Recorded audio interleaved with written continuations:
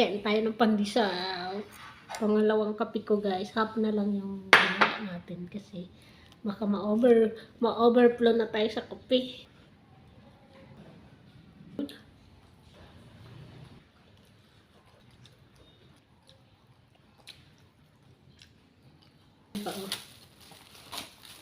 Merienda natin mamaya.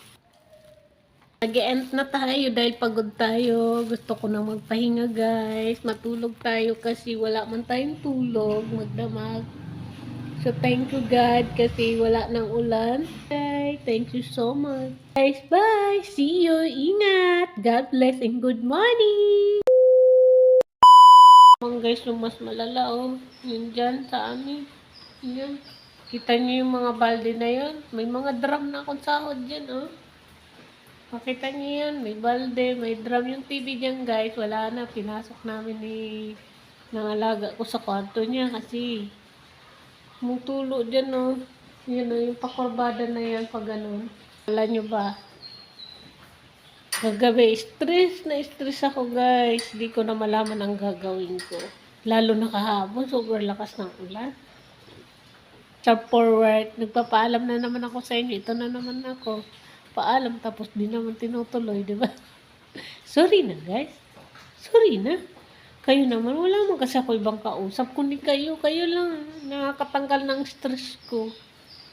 O sa lahat ng followers ko dyan, sa lahat ng subscriber ko, sa lahat ng supporters ko. Thank you so much. So may watching.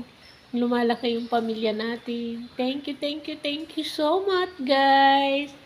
Sa panonood nyo sa amin, kahit dito lang kami sa loob ng bahay, pinapanood nyo pa rin kami. Maraming salamat. So, ayun guys, yung Masya nyo. Bebe! Masya! Masya! Misha! Kita nyo yun?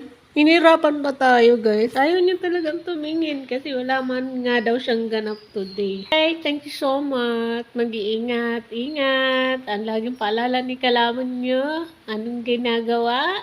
Paglalabas ng bahay, magdasal kay Lord na sana makapunta kayo sa tamang pupuntahan nyo at sana ligtas kayo sa pupuntahan nyo. Thank you, Lord.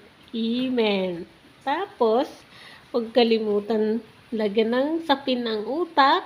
Ulo ba? Ako guys, utak. Kasi sisipunin kayo, ubuhin kayo, magkakalagnat kayo, magkakasakit kayo. Paano ka na? Hindi ka na makakapag-work. Gugutom na yung mga anak at asawa nyo, nanay at tatay nyo. Kaya, nasa atin yung pag-iingat guys. Nasa atin talaga yung todo ingat. Magdala ng sombrero, payong, kapote, everything. Kahit anong pananggayan sa ulan, dalhin nyo na. Okay? Magbuta kung na kailangan. Kasi yung sakit ngayon na nakukuha daw sa daga, kailangan nyo yan. Okay? Masarap maghigop ng kape. Sabayan nyo na ako, guys. Sarap. Naalala niyo ba yung nagtatapon ako ng nabubulok sa bakanting lote? Lagi ko yung linilinis. Pinupulot ko lahat ng ano dyan guys. Yung tinatapon ng mga plastic, mga styrofoam, mga takip-takip na yun ng Tupperware. Pero yung kapitbahay namin dyan, tapon sila ng tapon sa bakanting lote. Kaya guys, alam nyo, bakit tayo nagkakabaha? Tayo mismo ang gumagawa. Kasi tayo, wala tayong disiplina. Tapon dito, tapon doon. Tapos pag nagbaha, magre-reklamo kayo na ganito, ganyan. Binaha kami, napuno ng basura yung ano. Tayo guys, ang gumagawa ng ikakapahamak natin. Tayo ang gumagawa ng baha sa lugar natin. Kasi, yun nga sinasabi ko sa inyo, wala tayong disiplina. Tapon dito, tapon doon. Wala na tayong disiplina sa kalikasan. Kaya ang kalikasan guys, naniningil na sa atin. Kaya tayo mga tao, magtapon tayo sa tamang basurahan. Pwede nyo lang itapon nyo sa bakanting lote.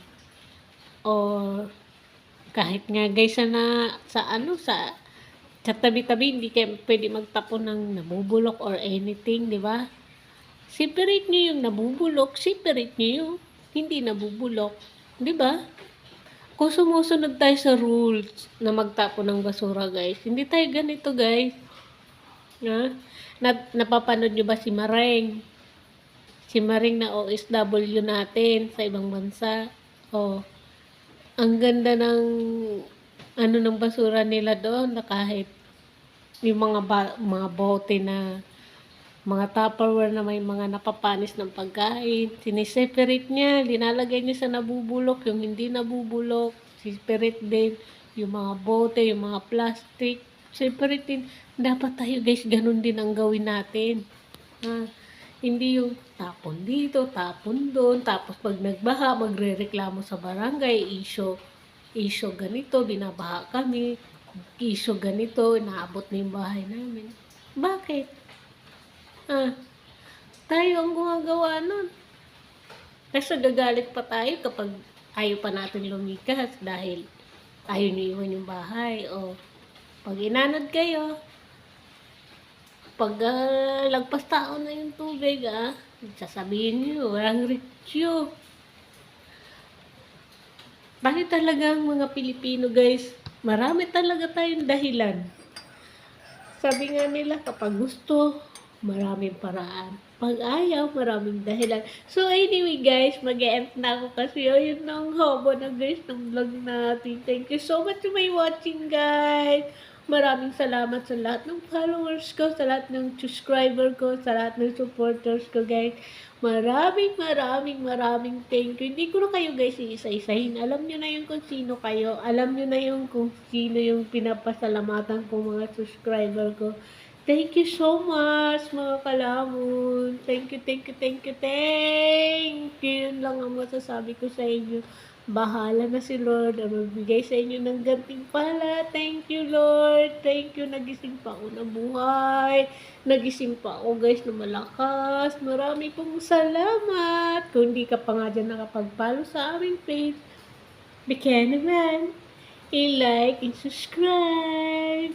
Lagi kayong updated sa aming mga vlog. Thank you, guys. See you, guys. See you next vlog. Bye! Magandang umaga and good morning. Happy Cookie. Bye-bye!